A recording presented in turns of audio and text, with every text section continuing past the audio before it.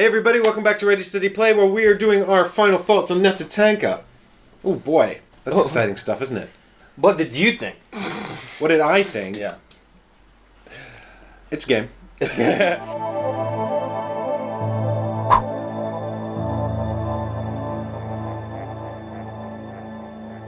Now, So it's a game. What is it? For people that haven't watched the play. So this is a competitive worker placement game where we're playing as Native Americans and we are taking tasks around the board, and there's sort of like some tasks that have obligations that follow on to collect food and wood for the tribes, and you've sort of got to commit to 2 turns if you want to take those, but then you get these generosity points that you may trade in for things or you may not. And there's lots of different ways to score points by doing arts and crafts, or by making wigwams, or cooking food, or totem poles. This is where I'm going to find out, like, wigwam's not a good term. They're called tents in the rulebook. I don't know why you insist on not calling them tents. Are they not also called wigwams? I'm sure that I thought they were called wigwams. I'm sure there's like a teepees, isn't it? teepee. Oh, maybe it's teepee.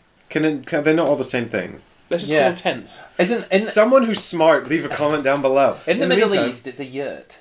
Yeah, but that's like an Asian thing. Yurts aren't really tents. Like Mongolians build yurts. Oh, that's not the Middle East. I know that from Age of Empires too. It's different. It's a different architecture, but it's the same materials. Yeah. Wooden sticks. Basically, we don't know anything about Native American culture, and therefore we're not the right people to try and we understand the premise of this. This is sort of about collecting resources and building things for points. Yeah, it's worker placement 101. It is. That is exactly what it is. The USP is basically the links, isn't it?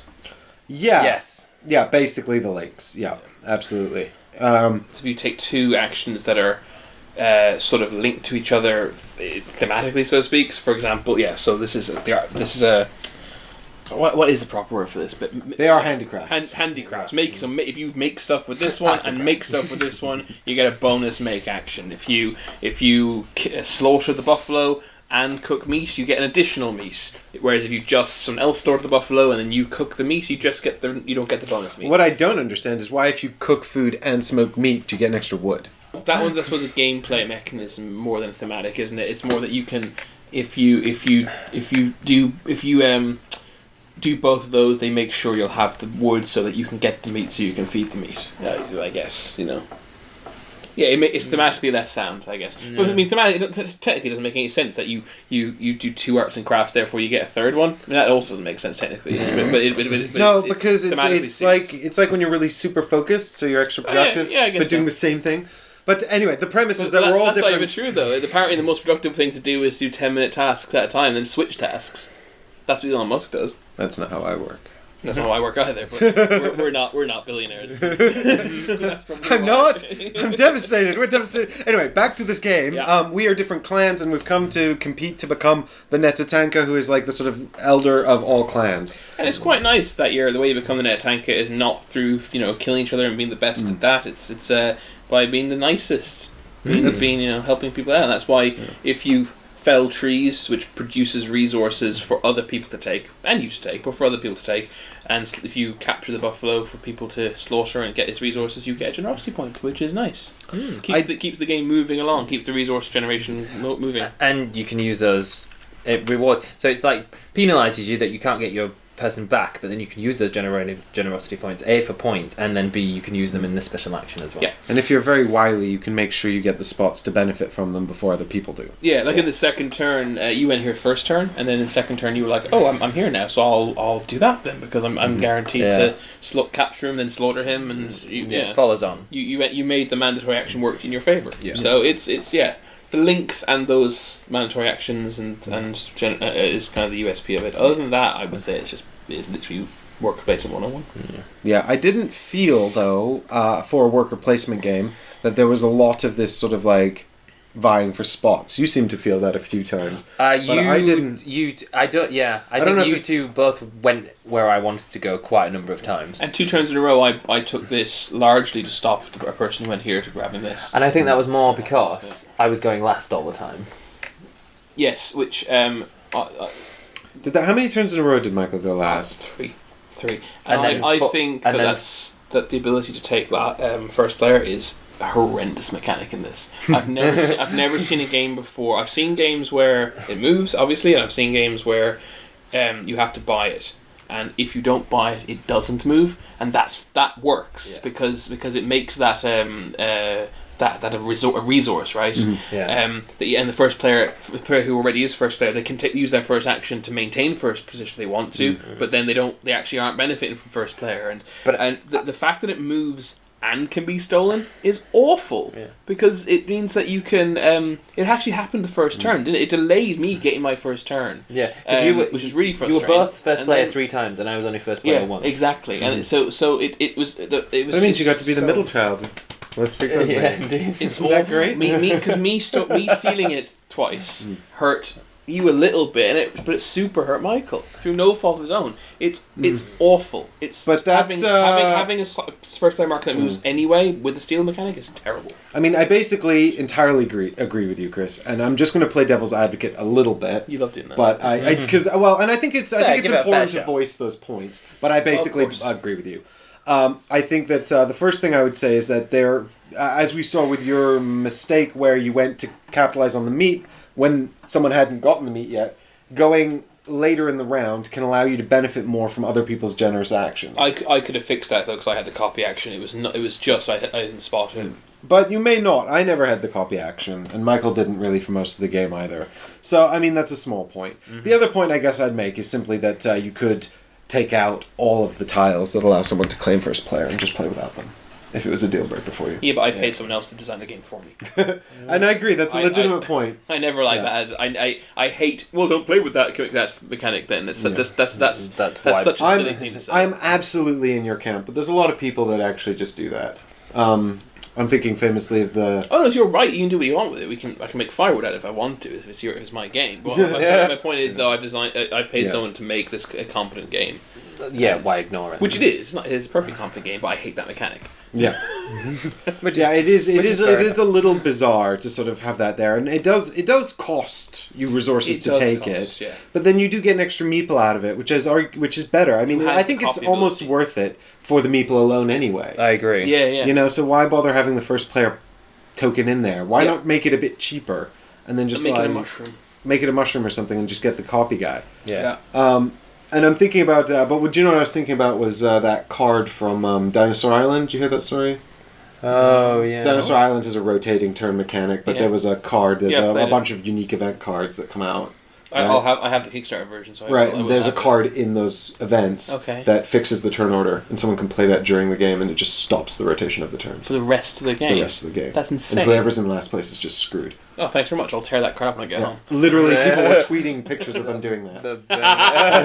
I'm not even joking. I think the Secret Cabal first started. That's a massive insult to the designer. Yeah. But, that was a terrible idea. So. Well, and interestingly, actually, so let's lead into some points we do like, because there was a negative there, and that's fine. It came up. This leads me quite naturally into a point I wanted to make about the deluxe version, but let's talk about this version a bit more first. Mm-hmm. Sure. Which this is the deluxe version, by the way, but we're not using anything. Is that because we've got our little lids? We've got fancy lids, we've got wooden tokens and things, but there's nothing here that mechanically doesn't come in the retail version. This is the exact same game as the retail version. Beautiful. Just with... it's very satisfying. You will not get away with that. Ruin my totem pole! Yeah. But I liked I like the secret objectives because they sort of give you a bit of guidance, but they don't shoehorn you into something. Mm-hmm. Yeah, they stop the being overwhelmed at the very start, right? Which is a problem that can be a problem in worker placement games where there are lots of options. Having said that, I ignored it for the first 2 or 3 turns, just built stuff instead. And I totally forgot that I needed 2 generosity points, and this was just lucky. Fair. Oh man, I'd have come second. I thought I wasn't going to compete mine because I had 6 food, and I was on this for ages. What about your thoughts, Michael? I actually really like this. How much do you really like it? To buy it like it. To buy it like it? Yeah, I think I do. Because I'm quite a fan of worker replacement games anyway. Mm-hmm. I know there are probably quite a few. There's loads out there already, and I know there's probably. Oh, there's at least 6, yeah. 100. No, And I know there's probably ones out there. I'm at the shelf that, over there. Exactly. There's at least 6 on that shelf.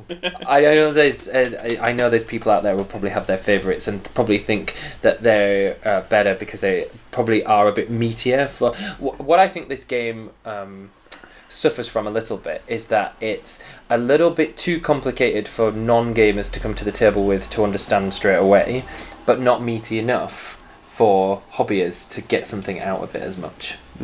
But I wouldn't put this as much more complex than Architects of the Western Kingdom. No, I think it's less actually. but you've got those cards. You've got those cards in Architects that. Well, there's a lot of cards in Architects. Yeah. There are a lot of cards in this too, but they're very simple. But they're very simple. There's nothing with the cards and architects. You've got to really play the long game with them a little bit and work out what links with others and what resources you need, and you have to get this to get that. Whereas this is just do this. It's not you have to do this to get this resource, then resource to get another resource. Particularly vicious either. You know, it felt very like gentle and sort of almost handholdy a bit. Well, apart from blocking spaces, I think maybe that's why I like it. I don't know. Not as aggressive. You like friendly games most. You don't like hitting each other in the head. Yes, and I don't know if this is because I sort of instinctively come up with backup plans and sort of contingencies, but I didn't feel like I was blocked like one time. No. And nor did I, but I got the copy power, which meant I did. You got the copy power, and you went first like 3 times. I also went first 3 times. But I did feel like I was blocked quite a few times. Because you were in last. And I think it's because A, was in last, and 2, I was kept doing the generosity, which actually worked in my favour, really, getting the coins, because I was getting less people back every time. Yeah. And what's interesting about this first player mechanic here that you don't like, and I also don't like, is that it actually is impossible to get if someone else wants it and you're in last place. Correct. Yes, because you resolve first. That's 100%. unbelievably. I can't believe over. That's I feel like maybe you should only get the first player marker if you're in last place. Well, this was the one thing that would put me off buying it. This feeling of hopelessness in the fact that if you want it, I can never have it. Yeah. Oh, but you can just redesign the game and take those pieces out. Hey, now I don't think that's as bad a point as you made out. The first time I took it, I actually there were 2 spaces available, and I was first, and I actually left it my last meeple to take it. Just in case someone else did. Well, no, I didn't care if you guys took it because I even if both of you went there, I had the copy action right. I was going to copy, take it, and resolve it first. Yeah. And totally screw you guys. Yeah. So. But I like what I did like about it is that this. I mean, you could think, if you were like, what's the point? I'm going to lose. If you take that attitude, then you're never going to get anywhere. But then I was like, well, I could try my best, and with the things that I've got, because. Even to be fair, you won. I was about to say, play devil's advocate, you won. I never got him. I never got the copy action, so I had much fewer actions. I was always in last place trying to get what you hadn't got. And you were the least efficient, apparently, with your resources. Yeah. And I ended up winning by 1 point. Yeah. I mean, I had a turn. But it was incredibly close. I totally wasted a meeple. But that one meeple would not have won it for me. So that's what I quite like about this, how it seems quite open. Yeah. And I think it's open because all the different actions that you can do, I know they feel very samey, and it's pretty much, do this, or you could do this, and they're pretty much the same. It's the same kind of action that you need to do, but because of that, it means you could. It makes it open. I could concentrate on one thing that you're not concentrating on, and still have a viable opportunity of winning. Does that make sense? Do you prefer this to Architects? You mentioned you compared. No, I think I prefer Architects. To be fair, if you ask me, do I prefer this or Architects? I was like, which should we play? Ooh. If I said, let's sit down and play a worker placement game, do you want to do Architects or Neta-Tanka? This becomes more of a chore at 2-player. Because at 2-player, instead of having 4 meeples each, you each have 6. Right. Well, you actually each have 8. But you have less rounds. You have less rounds, but you each have 8 meeples in 2 different colours, but the different colours don't link together, and you only play 6 of them around. So that's. I mean, it's not too bad, but it's a bit more. Seems a bit more admin-y. Yeah, it's a bit more admin-y because you have to sort of work out. It's quite a good idea. To use that link mechanic to kind of to downscale the 2-player a bit more neatly. It's actually quite a good design. It sounds like quite a good design for 2-player. I think it would depend on how. But what I found was that it made almost. Sorry, Michael. What I found was that a 2-player made basically no contention for the links at all, and it was all just points optimization. Right. which is fine if that's what you enjoy. But it kind of takes out the only interactive element of a worker placement game. Yeah, exactly. Which tends to be space blocking. It was very much sort of quiet execution of points gathering. Yeah. But that's all this game is ultimately, right? It is, like I've said, it's a 101. It's worker placement 101 is literally just gaining resources and then placing them in various spots to make them points. I mean, the food thing could not be more basic. It's just place the food there for the points. Yeah. Place the resources here for tents here for points, and they become more valuable for the same amount of resources they go on. Build stuff for points and set collection. I mean, it's simple. It's to the point that it's very, what's the word? Soulless. It's just reduced it down to its absolute salient points where you just this guy lets me get this, and this guy lets me make it worth a point. I mean, that's essentially what you're doing. I mean, and I've heard people actually say this exact same point about Architects of the West Kingdom. And I've sort of... I mean, all games are that, but buttoned up, right? Right. But what I think is, actually, I would say to those people, if you think that Architects is too much of sort of gather the things, make the points, gather the things, make the points, this actually takes that and makes it even more basic. I agree. I think Architects is no way is much more complicated than this, because in Architects you've got the capture mechanic. Yeah, you've got each character that has their own ability. You've got to be good or to be bad. There's no getting the morality tracker. Who some of them like to be allowed to build certain. You've got buildings. a little engine builder mechanic with the apprentices. Yeah, you've got so much more going on, and it's much more meaty. And I can understand why you say that this is a bit boring, Chris. Yeah, I wasn't bored during playing. No, this is why it wasn't the right word, because I wasn't bored. But it's repetitive.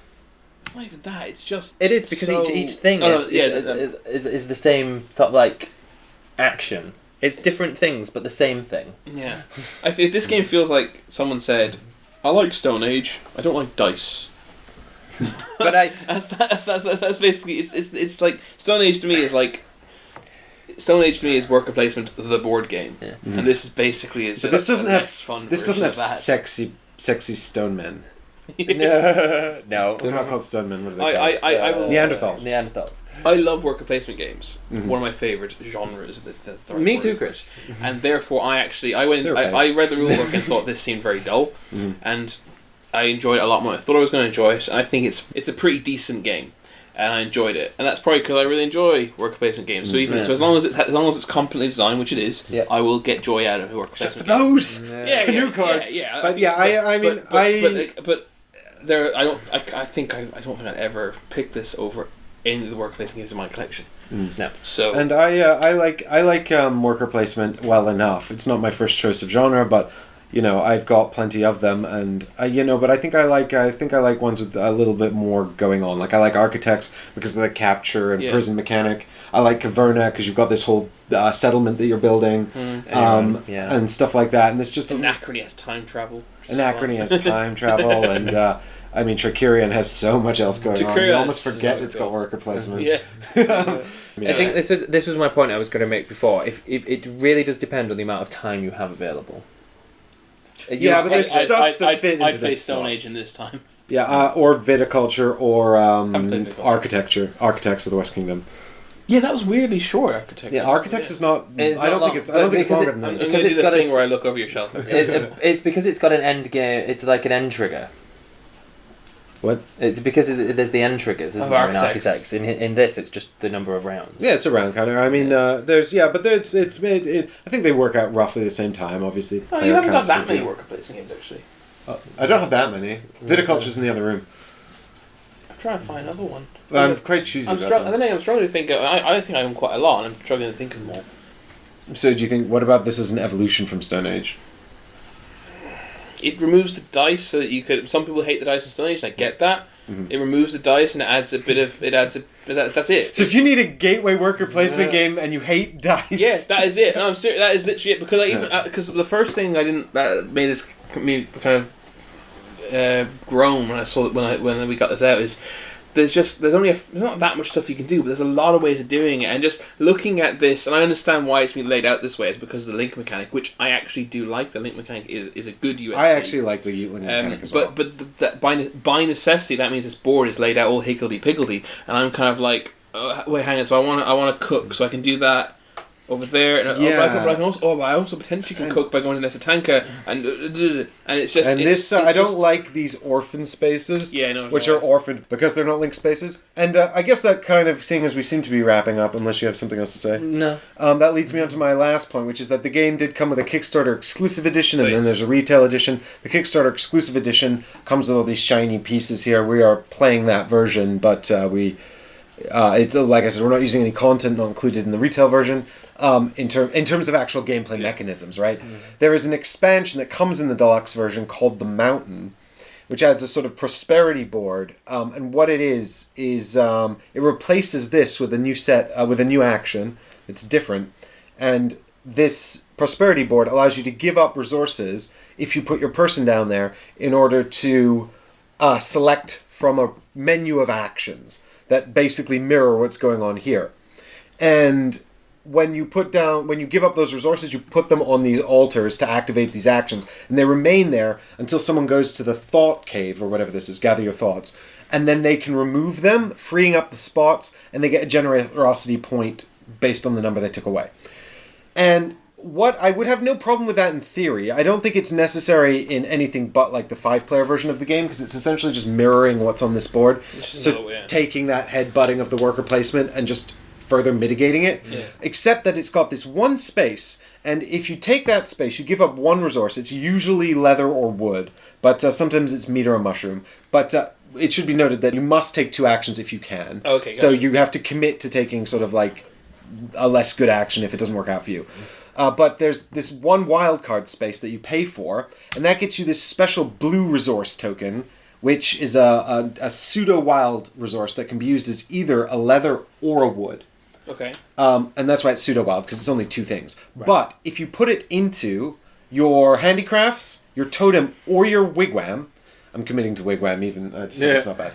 If you put it into if you use it to build any of those things, you get 3 bonus points at the end of the game. Just for using it? Just for using it. And each time you use one, you get an additional 3 points. That's a lot, as we just saw. 1 point difference in this game.